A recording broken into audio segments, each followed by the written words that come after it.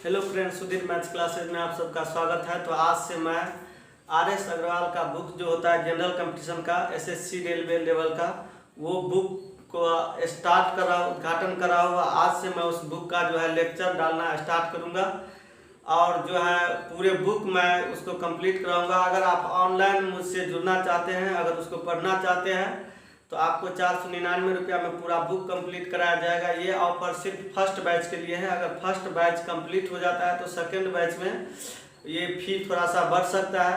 तो फ्रेंड्स, आप लोगों के पास अगर ये वीडियो पहुंचता है तो जल्दी से जल्दी शेयर कर दीजिएगा अपने दोस्तों में और आप भी एडमिशन करा लीजिएगा।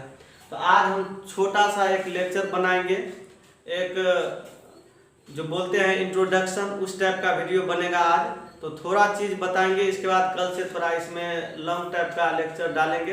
तो फ्रेंड्स, ये देखिएगा बोर्ड पे क्या लिखा हुआ है। आर.एस. अग्रवाल का जो बुक है उसमें स्टार्टिंग में जो लिखा रहता है संख्याओं का संक्रियाएं, यही हम पढ़ाने वाले हैं। इसमें कुछ चीज़ें मैं बता रहा हूँ, जो चीज़ आपको आता है उसको कोई बात नहीं, फिर भी देख लेना है, और जो नहीं आता है उसको तो देखना डेफिनेटली है, क्योंकि इससे रिविजन हो जाएगा आपका। तो फ्रेंड्स, इसमें देखिए क्या दिया हुआ है, स्थानीय मान और जातीय मान। इसमें बहुत स्टूडेंट कंफ्यूज रहता है कि स्थानीय मान क्या होगा, जातीय मान क्या होगा। स्थानीय का मतलब होता है प्लेस वैल्यू और जातीय मान फेस वैल्यू। अब देखिए ये जो संख्या है इसमें स्थानीय मान और जातीय मान, जैसे देखिए स्थानीय मान का मतलब हो गया जिस स्थान पे वो संख्या है। जैसे 4520 है तो 5 का स्थानीय मान क्या हो जाएगा, 5 का स्थानीय मान हो जाएगा 500, क्योंकि इसमें देखिए होता क्या है, स्थानीय मान कैसे निकाला जाता है। अब अगर इसमें हमको कहेगा कि 4 का स्थानीय मान, तो 4 देखिए 4 का स्थानीय मान कहेगा तो सबसे पहले 4 लिखेंगे और 4 के बाद आपको कितना डिजिट है, 1 2 3 4। तो 4 के बाद 4 डिजिट है तो 40 यहाँ पे रख देना चाहिए। जब 4 डिजिट यहाँ रख देंगे तो ये निकल गया आपका 4 का स्थानीय मान। अगर आपको कह देगा कि 3 का स्थानीय मान क्या होगा, 3 का स्थानीय मान क्या होगा, तो 3 लिखेंगे और 3 के बाद कितने डिजिट है, देखिए यहाँ पे 3 के बाद 1 2 3, तो 3 0 दे दीजिए, ठीक है। तो ये हो गया आपका 3 का स्थानीय मान। अगर आपको कह देगा कि 5 का स्थानीय मान बताइए, तो क्या होगा फ्रेंड्स, 5 लिखेंगे और 5 के सामने में कितना डिजिट है, 2 डिजिट, तो 2 0 दे देंगे। तो ये था आपका स्थानीय मान, और काफ़ी ये अच्छा है, काफ़ी आसान है, और फिर भी स्टूडेंट इसमें कंफ्यूज होता है। स्थानीय मान का मतलब वो किस स्थान पे है। जैसे ये 4 है, ये 3 है, तो ये 3 नहीं है, 300 है, ये 500 है, ये 90 है, ये 2 है, इस तरह से जुड़ा हुआ रहता है, ठीक है। तो यहाँ 3000 है, 500 है, तो 3000 हुआ, 500 हुआ, ये कितना है 40,000, तो 40,000 हुआ। तो उस हिसाब से स्थानीय मान हम लोग निकालते हैं। अगर हम जातीय मान का बात करेंगे तो जातीय मान में क्या होगा, जो नंबर है वो सेम टू सेम आ जाता है। जैसे हमको अगर कहता है इसी में 4 का जातीय मान बताइए, तो 4 का जातीय मान 4 ही हो जाएगा, ठीक है।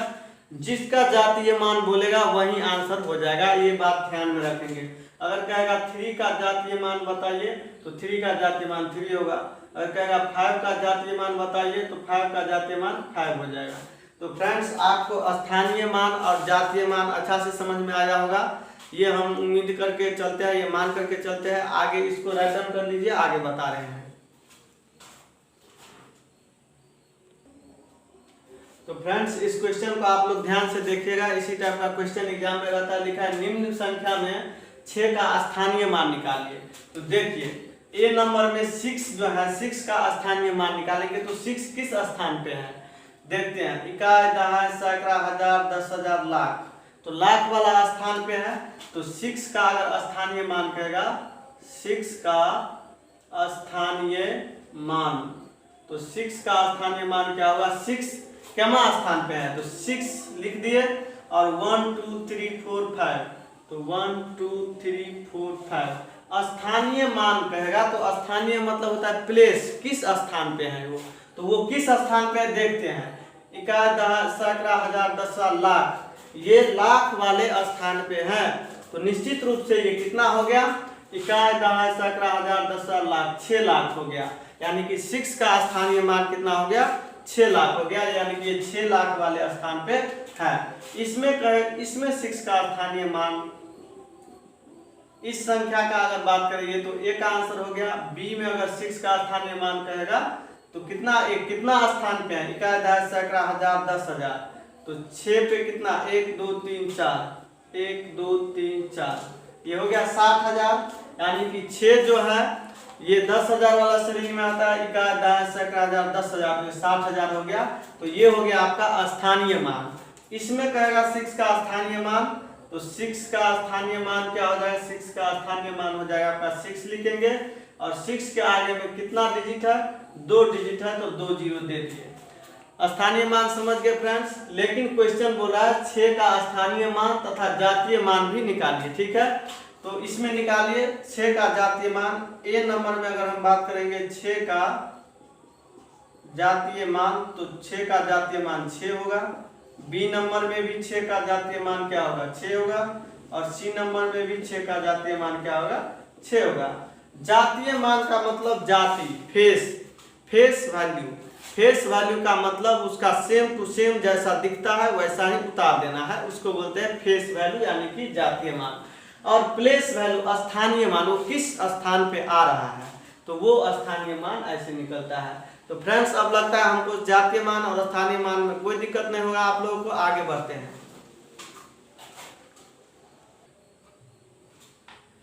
तो फ्रेंड्स आगे बढ़ते हैं, देखते हैं क्या है।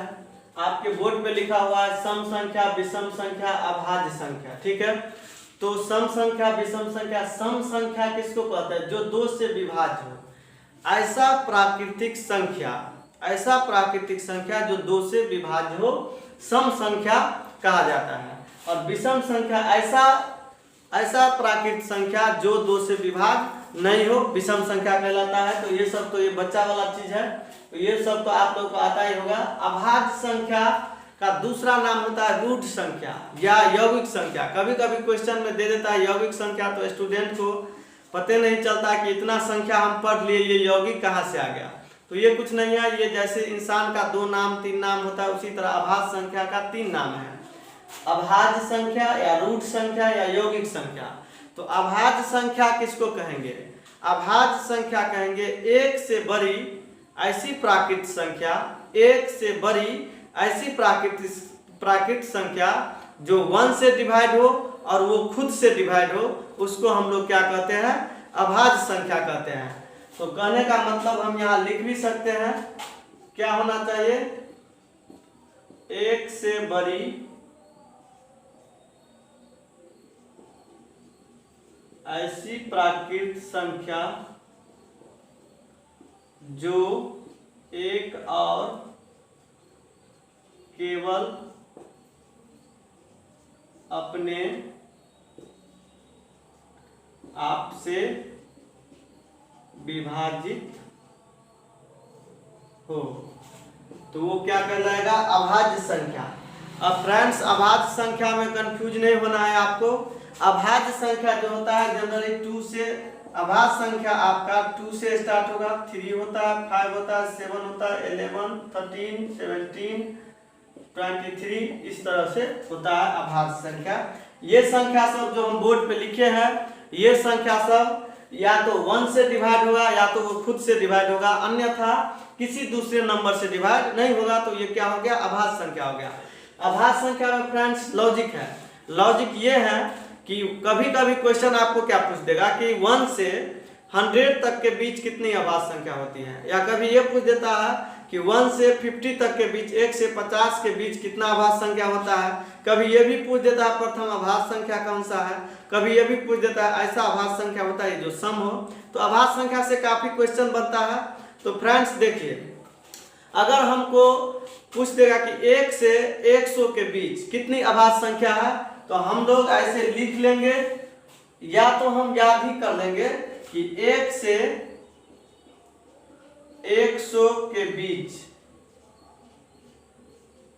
25 अभाज्य संख्या है। कितना अभाज्य संख्या है? 25। ये शायद कैमरा में आ रहा है कि नहीं एक बार देखना पड़ेगा। इस जितना भी है उसको राइट डाउन कर लीजिए, आगे हम लोग बता रहे हैं। कैमरा में आ रहा है फ्रेंड्स, कोई दिक्कत नहीं है। 1 से 100 के बीच 25 अभाज्य संख्या है, ठीक है।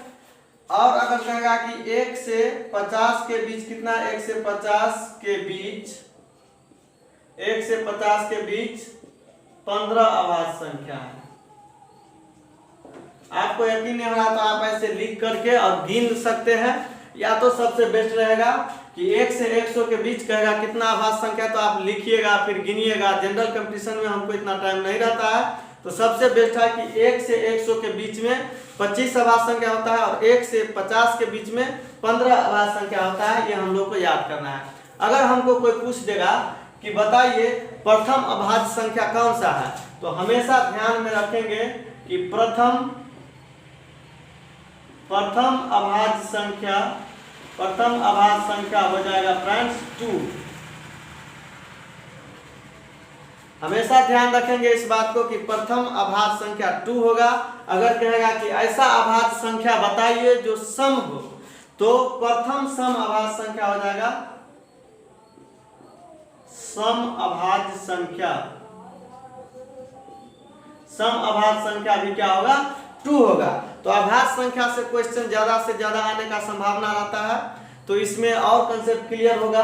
जितना हम इसको बताए हैं, अगर आता है तो भी और नहीं आता है तो भी आप इसको बारीकी से अध्ययन कर लीजिएगा। वीडियो को पॉज करके इसको लिख लीजिएगा, और आगे हम बता रहे हैं कुछ विशेष। इसको राइट डाउन कर लीजिए फ्रेंड्स। तो फ्रेंड्स इसको बोर्ड पे देखिएगा, ये एग्जाम के दृष्टि से काफी इंपॉर्टेंट है। ये है क्या, इसको हम बताते हैं। ये जो लिखा हुआ आपको n² greater than equal to p, यहाँ इक्वल भी होगा, और p कोई प्राकृत संख्या है। अब देखिए हमको क्वेश्चन क्या दे देगा, एक संख्या दे देगा और कहेगा कि ये अभाज्य है कि नहीं ज्ञात कीजिए। तो उसको हम कैसे ज्ञात करेंगे? तो उस संख्या में हम ऐसे सवाल में उलझ सकते हैं और टाइम बर्बाद हो जाएगा। जैसे देखिए कह देगा कि 173 अभाज्य है कि नहीं बताइए, तो इसको क्या करेंगे? तो इसके लिए एक उपाय है, ये इसको करना क्या है, 173 आपका हो गया p हो गया, तो 173 के इक्वल या 173 से थोड़ा बड़ा ऐसा संख्या लेना चाहिए जिसका स्क्वायर होना चाहिए। जैसे देखिए अगर हम यहाँ 13 का स्क्वायर लेते हैं तो 13 का स्क्वायर 169 होता है, तो 173 से कम हो गया, जबकि यहाँ ग्रेटर देना है तो 13 का स्क्वायर नहीं ले सकते हैं। यहाँ अगर हम 14 का स्क्वायर लेते हैं, यहाँ 14 का स्क्वायर कितना होता है, 14 का स्क्वायर 196 होता है, ठीक है। तो 14 का स्क्वायर 196 आता है, इसका मतलब 173 से थोड़ा बड़ा है ये, तो इसका मतलब 14 यहाँ फिट हो गया। तो ये जो 14 है, देखिए यहाँ हम क्या लिखे हैं, इसको अगर आप समझ गए तो समझ जाइएगा। p को n या n से छोटी यहाँ जो रहेगा इसमें जो है n या n से छोटी अभाज्य संख्या से भाग देंगे। यदि p डिवाइड हो गया तो p अभाज्य नहीं होगा, लेकिन अगर p डिवाइड नहीं हुआ तो वो अभाज्य हो जाएगा। जैसे देखिए आप 14 है, तो 14 से छोटा जितना अभाज्य है उसको लिख लेंगे। तो 14 से छोटा कौन कौन अभाज्य है, जैसे देखिए 2 जो है 14 से छोटा है, 3 हो गया, 5 हो गया, 7 हो गया, 11 हो गया, 13 हो गया। ये सब क्या है, अभाज्य संख्या है। अब इन सब संख्या से इसको भाग देके देखेंगे, ठीक है। 2 से तो नहीं कटेगा, लास्ट में 3 है, 3 से 3 5 से 15, 3 7 21 नहीं कट रहा है, 5 से 5 या 15 5 का 7 से कट रहा है, 7 गुना 14, 7 चौक 28, 7 5 25 नहीं कटेगा, 11 का 11 नहीं कटने वाला, 13 से भी नहीं कटेगा। तो ये जो है 173 न 2 से डिवाइड हो रहा है, न 3 से, न 5 से, न 7 से, न 11 से, न 13 से। इसका मतलब है कि 173 क्या है, अभाज्य संख्या है। कैसे पता चला? सबसे तो पहले 173 से थोड़ा सा बड़ा का ऐसा स्क्वायर लेंगे जो 173 से थोड़ा बड़ा हो। जैसे देखिए 13 लेते हैं तो 13 का स्क्वायर कितना होता है 169, तो 173 से कम ही हो गया, जबकि उससे थोड़ा बड़ा होना चाहिए। 14 का स्क्वायर 196 होता है, तो सेटिस्फाइड हो रहा है। तो 14 या 14 से छोटा जितना अभाज्य संख्या उसको लिख लेंगे और अलग अलग अपने मन से डिवाइड कर लेंगे, या कहीं पे हम कॉपी में भी डिवाइड कर लेंगे। 2 से, 3 से, 5 से, 7 से, 11 से, 13 से 173 डिवाइड नहीं हो रहा है। 173 डिवाइड नहीं हो रहा है, इसका मतलब 173 क्या है, 173 आपका अभाज्य संख्या है, अभाज्य संख्या है। समझ में आ गया? तो ये कंसेप्ट काफी अच्छा था। इस पे और 1-2-4 क्वेश्चन करेंगे हम अगला लेक्चर जब लेके आएंगे, तो अभाज्य संख्या पर हम और कंसेप्ट लेके आएंगे और अभाज्य संख्या के बारे में और काफी बताएंगे फ्रेंड्स। तो ये मेरा इंट्रोडक्शन लेक्चर था, इसलिए थोड़ा शॉर्ट बना है। अगले दिन से थोड़ा और इसमें अच्छा से इंक्लूड करेंगे। 19-20 मिनट का वीडियो रहेगा मेरा वीडियो लेक्चर, और कोशिश यही है कि आप लोग हमसे जुड़े और आप लोग को काफी फायदा होगा अगर आप जुड़ते हैं अभी तो। और आपको अगर आर.एस. अग्रवाल पूरा पढ़ना है अच्छा से, तो आपको ऑफलाइन मुझसे जुड़ना होगा और सारे डाउट क्लियर करेंगे। और ऑनलाइन तो हम यहाँ पे सब कुछ दे ही रहे हैं, आप लोग बस मेरे चैनल को सब्सक्राइब कर दीजिएगा। Thank you.